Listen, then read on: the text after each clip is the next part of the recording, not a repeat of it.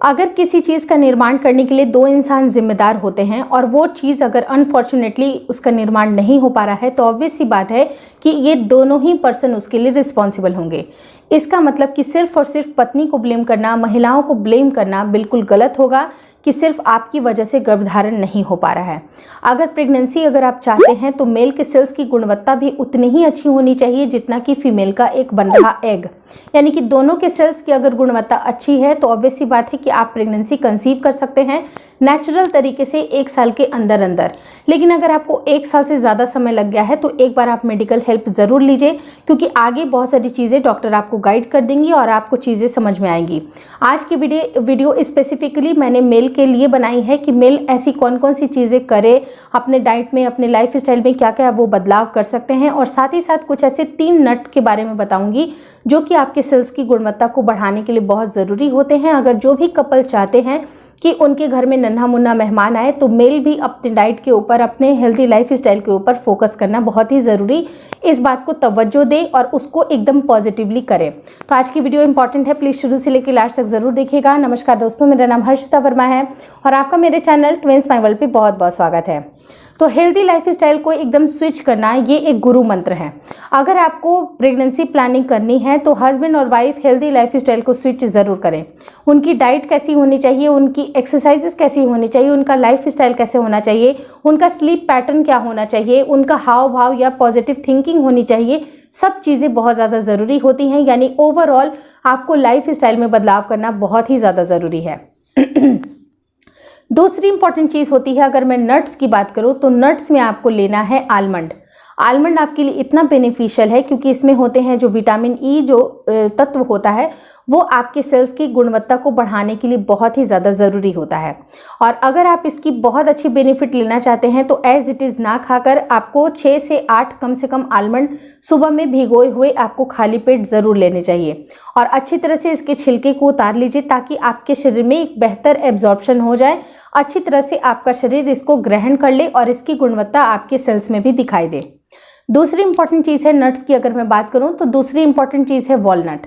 Walnut जो होती है उसमें भी विटामिन ई पाया जाता है जो कि आपके सेल के लिए बहुत इंपॉर्टेंट है और उसकी अगर क्वालिटी की अगर बात की जाए in terms of mobility, in terms of count, उनकी जो मॉर्फोलॉजी है उनको बेहतर बनाने के लिए वॉलनट भी बहुत अच्छा हेल्प करती है। तो आप वॉलनट को भी सोक करके, जैसे 2 से 3 वॉलनट का जो गिरी होती है उसको आपको सोक करके आप अगर early morning as a snack भी लेते हैं तो उससे भी आपकी जो सेल्स की गुणवत्ता है वो अच्छी बनती है।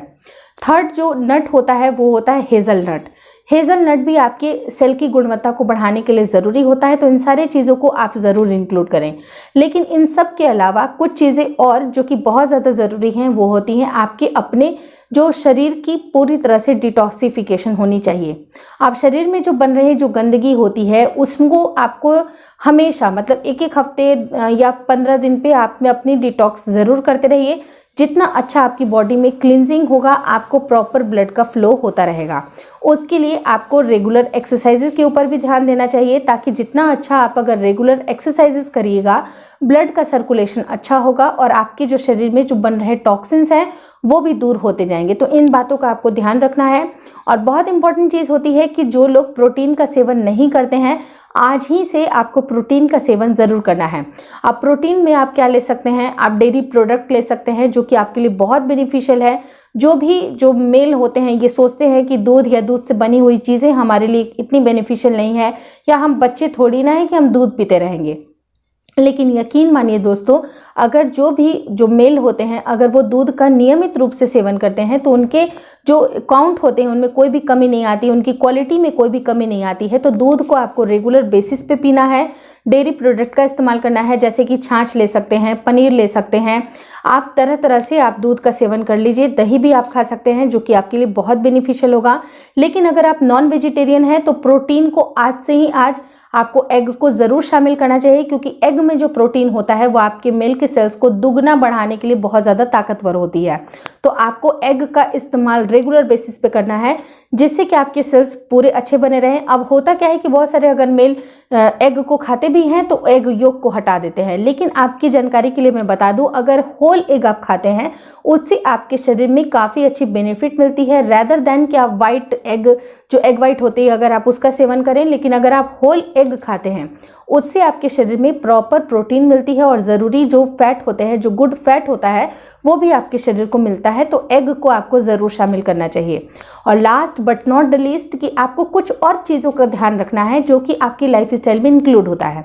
जैसे कि आप टाइट अंडरगारमेंट का इस्तेमाल ना करें, क्योंकि जो टाइट अंडरगारमेंट होती है, कई बार क्या होता है कि उससे ना जो मेल के सेल्स होते हैं उनकी प्रोडक्शन में कमी आती है और वो आपको काफ़ी ज़्यादा तकलीफ देह लगती है। कुछ ऐसे फैब्रिक होते हैं जो कि ब्रीदेबल नहीं होते हैं, तो जो आपको स्वेट्स होते हैं, जो बहुत ज़्यादा आपको पसीने होते हैं, वो आपके जांघों वगैरह में ट्रैप हो जाते हैं, जिससे कि आपको इचिंग होती है। मतलब एंड ऑफ द डे क्या होता है कि जब भी अगर आप वर्क कर रहे हैं, पूरे टाइम आप बैठे हैं इतने टाइट अंडरगारमेंट के साथ, इतना फॉर्मल कपड़ा पहनने के बाद, और जब अगर आप घर पहुंचते हैं तो आपको काफ़ी ज़्यादा इचिंग होती है, बहुत इरिटेशन होती है, और कई बार तो क्या होता है ऑफिसेज में भी काम करने का मन नहीं करता है। इसलिए प्रॉपर अंडरगारमेंट का भी चुनाव करना ज़रूरी है, जो कि ब्रीदेबल कपड़ा हो, और साथ ही साथ उसकी जो साइज़ है वो भी आपको मैनेज करके चलनी है कि बहुत ज़्यादा वो टाइट ना हो, बिल्कुल आपके लिए वो फिटिंग का हो। तो इन सब बातों का आपको ध्यान रखना है। और सेकंड इम्पॉर्टेंट चीज़, जो कि और भी चीज़ आप ध्यान रख सकते हैं, कि अपनी बॉडी के हीट को आपको बहुत ज़्यादा बढ़ाना नहीं है। अब होता क्या है कि बहुत सारे जो मेल होते हैं वो सोना बाथ लेते हैं, स्टीम बाथ जिसे हम लोग कहते हैं। तो स्टीम बाथ लेने से भी जो आपके जो सेल्स होते हैं वो डेड हो जाते हैं और उनकी प्रोडक्शन रुक जाती है, प्रोडक्शन अच्छी नहीं हो पाती है। तो कोशिश आपको ये करना है कि आप स्टीम बाथ वगैरह लेना छोड़ दें। अगर आप लेते हैं, आपकी प्रैक्टिस में है, तो आप इसे छोड़ सकते हैं। या तो फिर अगर आपको आदत है कि आप लैपटॉप को गोद में रख के काम करते हैं रादर दैन कि आप टेबल पे काम करो, तो वो जो हीट डेसिपेट हो रहा है आपके लैपटॉप से, वो सब कुछ आपके जो निचले अंग होते हैं उनमें वो डैमेज क्रिएट करते हैं, आपके सेल्स की क्वालिटी को बढ़ाने नहीं देते हैं, और इनफैक्ट बहुत सारे सेल्स तो डेड हो जाते हैं। तो आपको इस तरह की चीज़ें नहीं करनी है और अपने प्राइवेट पार्ट की हाइजीन का ख्याल आपको ज़रूर रखना है। अगर आपको अंडरगारमेंट की वजह से इचनेस हो रही है, परेशानी हो रही है, अगर आप बहुत ज़्यादा इरिटेशन फील करते हैं, तो आप अपने प्राइवेट पार्ट की हाइजीन को मेंटेन करें। और साथ ही साथ जब आप इंटीमेट होते हैं तो इंटीमेट होने के बाद भी आपको प्राइवेट पार्ट के एरिया को वॉश करना है, ताकि वहाँ के जो, अगर आप इन्फेक्शन से अगर बच सकते हैं, तो इन्फेक्शन के भी वजह से बहुत सारे जो सेल्स होते हैं वो डेड हो जाते हैं। तो इन्फेक्शन का आपको ख्याल रखना है कि किसी तरह के इन्फेक्शन आपके प्राइवेट पार्ट में ना लगे, चाहे वो मेल हो या फिर फीमेल हो। इन बातों का अगर आप ध्यान रखते हैं तो आप जल्दी से जल्दी प्रेगनेंसी को कंसीव कर सकते हैं। लेकिन अगेन मैंने ऐसा बोला आपको स्टार्टिंग में ही कि अगर आपको 1 साल से ज़्यादा समय लग रहा है तो आप डॉक्टर से बिना हिचकिचाहट के मिलिए, क्योंकि इसमें कोई शर्म की बात नहीं है। ऐसा नहीं है कि आपके ऊपर एक क्वेश्चन मार्क है। आप एक नॉर्मल जो इंसान है, आप बिल्कुल नॉर्मल हैं। आपके ना स्वभाव में दिक्कत है, ना किसी चीज़ में दिक्कत है।